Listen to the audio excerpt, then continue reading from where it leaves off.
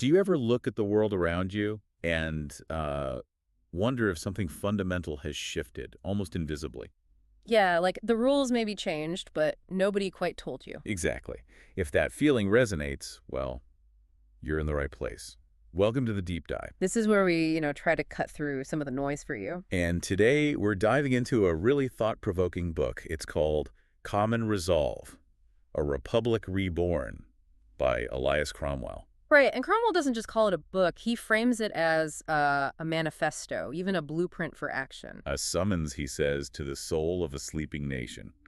Pretty strong stuff. Definitely. And this figure, Elias Cromwell, isn't presented as just some author. No, the book describes him as a kind of symbolic fusion, America's revolutionary spirit mixed with a modern conscience. So our mission today is basically to unpack that. Cromwell's vision of what he sees as a subtle, creeping tyranny. Yeah, his critique of how the Republic has, in his year, strayed from its founding ideas. And his call for this Republic reborn through, well, resolve. We'll dig into his arguments, look at the evidence he puts forward, and the path he suggests for reasserting liberty. And just a reminder up front, we're exploring Cromwell's arguments from his perspective in the book. We're not endorsing them, just trying to understand his full viewpoint for you. Absolutely. So where does Cromwell start building this case? Well, he kicks things off by framing the book itself as an inheritance. An inheritance? From whom? From those, as he puts it, who bled for freedom. He immediately brings up what he calls the bloodlines of resolve.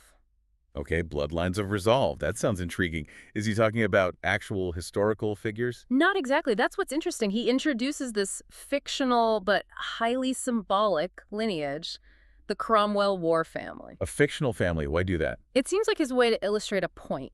He says heroism doesn't need perfection, just presence, courage, and resolve. These characters are like archetypes of resistance. Okay, so give us an example. Well, there's Eli James Cromwell, the old raccoon. He's described as this drunkard patriot, but a master tracker for Washington. A drunkard tracker. Yeah, slipping through enemy lines, supposedly half drunk sometimes, but getting the job done against tyrants. There's even this legend Cromwell cites, give me 10 men like Eli Cromwell and I'll give you a nation back. So, unconventional heroism. What about others in this family? Then there's Rachel Cromwell, the hidden blade of liberty. The story goes, Eli thought she was safe at home. But she wasn't. Nope. Cromwell writes, she cut her hair, disguised herself as a man, and fought right alongside the Patriots. Even saved Eli's life at one point. Wow. And her words to Eli later, according to the book, I swore to stand behind you, I just never said how far behind. It highlights that kind of hidden strength, Definitely. Who else? Their son, James Cromwell, nicknamed the Swamp Rat, or sometimes the Gallows Prophet. What did he do? He supposedly organized militias, turned farmers into fighters. Cromwell claims the crown targeted him for it. He was hanged. But his last words, as Cromwell tells it, were prophetic. You can hang my body, but you cannot hang the Republic. It's about that enduring spirit. That's a powerful image. And it continued. Yeah, with Emily and Analea Cromwell, the ashes that spoke. What's their story? Redcoats burned their home down, but they supposedly stood defiant amidst the flames, making sure young Analea was safe. Cromwell writes the ashes still whisper, we did not yield. So this whole fictional lineage. Yeah. What's the takeaway for the listener, according to Cromwell? He basically says this lineage, this spirit, is your inheritance now. He literally states you carry this bloodline by belief. So it's a call to action, to recognize that spirit within yourself. Exactly. He's suggesting that resistance to what he sees as tyranny is part of the American DNA, and it's now up to you. Okay, so he sets up this revolutionary heritage, this spirit. Where does he go next? He pivots sharply to the present day. He argues that the very thing that spirit fought against monarchy has returned. Returned? How? Not King Charles III, surely. In subtler forms, he calls it the phantom crown. He claims we're no longer treated as citizens, but as subjects of jurisdiction. A phantom crown. What does that look like in practice, according to him? Well, he points to unelected powers. Things like corporate monopolies, he says, write laws, or federal agencies issuing edicts. In the courts? Yeah, courts acting, in his words, like gods. He argues these powers operate behind a veil of official duty with very little accountability. Does he name specific agencies? Oh, absolutely. He makes some really pointed accusations. He claims the IRS can seize homes without trial, Okay. that the CDC can, quote, regulate your breath, that the FBI labels dissent as extremism? Wow, he doesn't hold back. Not at all. He says the Fed inflates away your savings, the NSA spies constantly, and police, ATF, or sheriffs can raid homes just on suspicion. And he connects this to the size of government. He does. He throws out numbered like over 2 million federal employees, 80,000 pages of federal regulations. His point is that this bureaucracy has become sort of an empire unto itself. Beyond bureaucracy, what else forms this phantom crown? Technology is a big one for him. He talks about digital chains and an all-seeing eye. Meaning surveillance. Exactly. He argues every search you do, every dollar you spend, every text, it's all collected, crunched, stored. For what purpose, in his view? Not to protect you, he says, but to predict you and shape your behavior, ultimately to make you comply. And what about free speech in this digital age? He hits that hard, too. He claims Silicon Valley companies are fused with intelligence agencies and now decide who speaks, who is heard, or who is silenced. Wow. By labeling speech as harmful or misinformation. He calls it state propaganda by proxy. Again, these are his specific, strong claims. Understood. Yeah. And where does he see this digital control heading? He warns about what he calls emerging digital chains, something that sounds a lot like a social credit system. Can you give an example? He paints scenarios like maybe you get a flag on your bank account for donating to a cause deemed wrong, or you're denied a loan for sharing the wrong social media post. Or maybe your credit card gets frozen for refusing a certain vaccine. Precisely. He says convenience is the bait. We adopt these technologies easily, but they become, in his view, a digital cage. He also mentions division as a tool. Yes, engineered division. He asserts that rulers intentionally divide us into categories, colors, classes, and combatants. Like rich versus poor, black versus white. Exactly. Male versus female. Pitting groups against each other, he argues, while the rulers consolidate power. And underlying all this, what's his take on the Constitution? He claims it's basically being ignored by design. And interestingly, he doesn't just blame one side. Oh? No, he contends both political sides contribute to expanding government power and eroding those constitutional limits. Okay, so we had this phantom crown operating through bureaucracy, technology, division. Where does Cromwell say this hidden power is most obvious, maybe most damaging? He dedicates a significant portion of the book to what he calls the courtroom cartel. Courtroom cartel, that sounds intense. What does he mean? He makes this really central allegation of a secret network. He claims it involves judges, lawyers, sheriffs, CPS agents, guardians ad litem, prosecutors. All working together. For what? Forming illicit alliances for profit, in his view. He literally calls them courtroom cartels operating within the justice system, particularly family courts. Profit. How would that work, especially in family courts? Well, he points to federal funding structures, specifically Title IV-E of the Social Security Act. What does that do? It provides federal money to states for each child placed in foster care. And Title IV-D incentivizes child support enforcement. Cromwell argues this creates a financial motive to separate families. So the system itself incentivizes taking kids away, in his view. That's his argument. He also alleges that certain players, like guardians ad litem, who are court-appointed to represent the child and maybe therapists, bill the state hourly. Meaning they have an incentive to drag things out. He suggests they have an incentive to prolong cases, delay reunification, because longer cases mean more billable hours. Does he provide examples or cases to back this up? He does. He cites some pretty notorious ones, like the Kids for Cash scandal in Luzerne County, Pennsylvania. Oh, I remember hearing about that. Right. 2 judges, Sciavarella and Conahan, were convicted. They jailed over 2,500 kids, often for minor stuff, and got millions in kickbacks from private detention centers. That's horrifying. Cromwell uses it as a prime example of judicial corruption impacting families. He also mentions a scandal in Rutherford County, Tennessee, involving a judge allegedly fabricating laws for detention contracts, and Operation Greylord in Chicago, which exposed widespread judicial bribery. So he sees these not as isolated incidents, but symptoms of a larger problem. Exactly. And then he zooms in really tight on one specific location. He details what he calls the Wyoming courtroom cartel. Wyoming. What does he claim is happening there? He alleges corruption so tightly knit among legal and state officials. He tells the story of a woman, Miss D.W. What happened to her? Her child was removed after an anonymous CPS tip. According to Cromwell's account, no evidence was presented in court. Her rights were eventually terminated, and she spent $80,000 on legal fees. And the book claims later investigations showed her guardian ad litem was billing huge hours across multiple counties simultaneously. That sounds questionable. Cromwell also includes testimony from someone described as an anonymous former CPS investigator in Wyoming. And what did they allegedly say? This person claims they were pushed to find reasons to open cases just to hit certain monthly targets. Targets. Why? Because, according to this testimony, every new placement meant another check for the state or agency. This source claims the system is functioning exactly as designed for profit. Wow. That's a damning accusation if true. It is. And Cromwell adds another personal story, John Dee's testimony, called "They Took My Daughter, But Not My Resolve." A father's perspective. Yes. He recounts losing custody. No jury, no public record, no media attention, he claims, based on an accusation, and then being labeled volatile just because he fought hard for his child.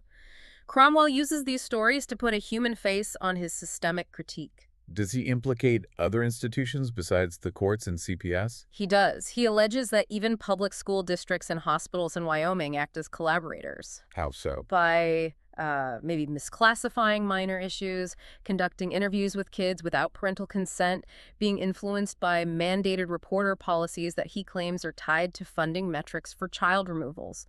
It paints a picture of an entire ecosystem working against families, in his view. And Cromwell connects all this back to the founding era. Explicitly, he draws direct parallels. He equates what he calls arbitrary child removal today with the general warrants the colonists hated. What else? He calls family court the modern star chamber, a symbol of oppressive secret courts. And CPS raids become like quartering and property seizure.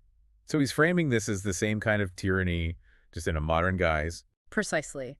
It's central to his argument that the Republic needs to be reborn because it's lost its way so fundamentally. Okay, that's a pretty bleak diagnosis. Mhm. If that's the problem, according to Cromwell, what's his solution? What's a path forward he proposes? He outlines what he calls the path to a reborn republic, and it's built on 3 pillars: resolve, resistance, and remembrance. Let's break that down. Where does he say the rebuilding starts? At the local level. Absolutely fundamental for him. He urges you, the listener, to get involved locally. Wow. Attend town meetings, run for school board, support local farm, basically reinvest power in the community. And he mentioned something about sheriffs. Yes, sheriff nullification. It's the idea that local sheriffs should refuse to enforce state or federal laws or mandates that they believe are unconstitutional. So local resistance anchored by the sheriff. That's part of his vision. And it ties into this theme of self-sufficiency. He has this line: "The man who grows his own food, who teaches his own child, that man is free." Implying freedom comes from independence from these Yes. big systems. Exactly. Reducing reliance on centralized control is key for him. What about the legal or constitutional basis for this resistance? He talks about the supreme law and rightful defiance. He argues the Constitution isn't just a document, it's a covenant between free people. A covenant that doesn't just disappear when things get tough. Right. He says it does not disappear in times of fear.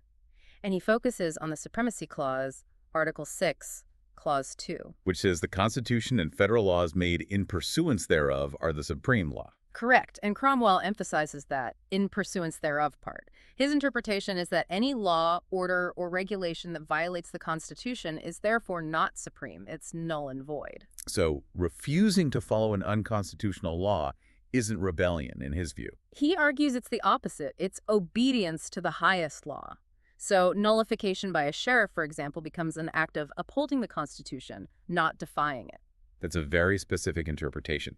Now, Cromwell also touches on recent events, doesn't he? Some controversially. Yeah. He does. He tackles the Capitol event on January 6th, 2021 head on, and his take is extremely controversial. What does he claim? He asserts it was a false flag, that it was engineered. Engineered. By whom?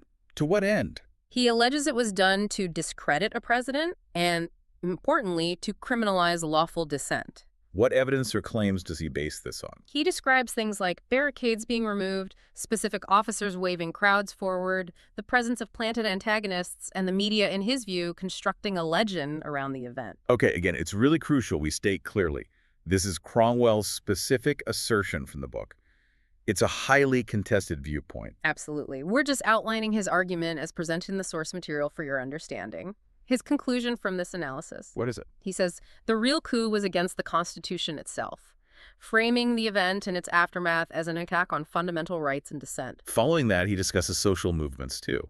Yes, under the heading Engineered Rage versus the Rising Remnant, he suggests a lot of the social conflict we see is manufactured rage and staged division. And he compares specific movements. He does. He draws a sharp contrast between Black Lives Matter and a movement he calls #NoKings.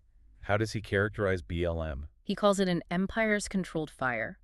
He points to what he describes as its Marxist founders, funding from billionaires, and argues its effect is destabilizing, ultimately serving the powers that be.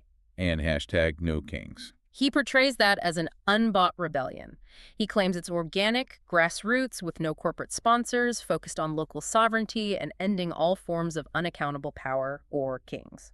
So, one controlled, one authentic, in his view. That's the distinction he draws. Then he moves on to highlight figures he sees as important voices, the modern watchmen. Who does he include in that group? People like Alex Jones. He calls Jones the blasted trumpet. Alex Jones. Why him? Cromwell argues that despite being mocked and digitally exiled, Jones was warning about the intelligence apparatus and corporate and government collusion long before it became a more mainstream concern. He sees him as a kind of controversial prophet. Okay. Who else? Kash Patel, described as the Silent Hammer. What's his significance for Cromwell? Patel's background is as a former prosecutor and investigator. Cromwell credits him with pulling back the curtain on the deep state, that alleged network of unelected power, by exposing what Cromwell considers hoaxes and the weaponization of intelligence agencies. He names others too, right? Like Watchmen on a Wall. Yeah, he specifically names 3 more. Tucker Carlson, called the voice of the Watchman, for, in Cromwell's view, revealing the actions of unaccountable agencies.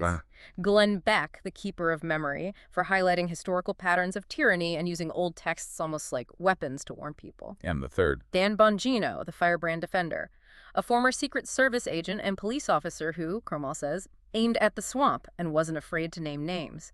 So what was the collective impact of these watchmen, according to Cromwell? He believes they helped break the veil. They relit the lantern in the watchtower, helping people to remember that the Republic isn't maintained by government alone, but guarded by resolve. Which brings us back to that core theme of resolve. What's Cromwell's final call to action then? It's twofold. First, a call to separate. Separate from what? From several things he sees as corrupting or controlling.